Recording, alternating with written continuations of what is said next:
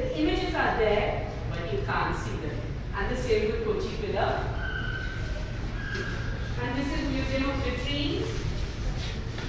That actually came out of the Museum of Furniture during the installation at the Hayward Gallery.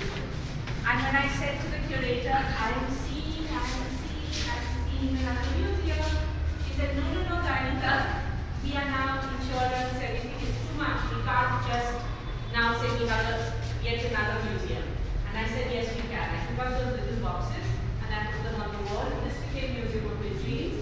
This was born fully formed, so it never had to go back into liquidation.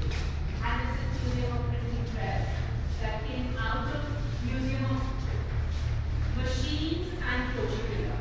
And now I think I can welcome you back into Museum of Chance, the great mother museum, which is continuously growing. This was a wonderful chance where I love when my colleagues come to see my work.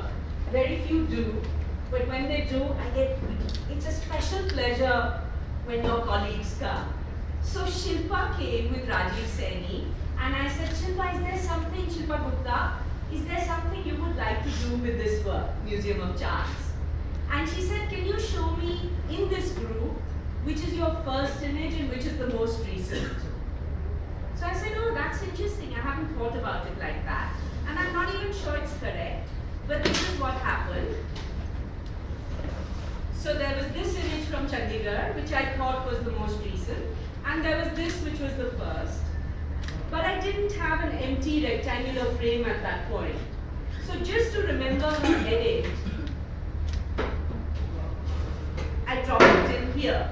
And I said, okay, that way I remember it.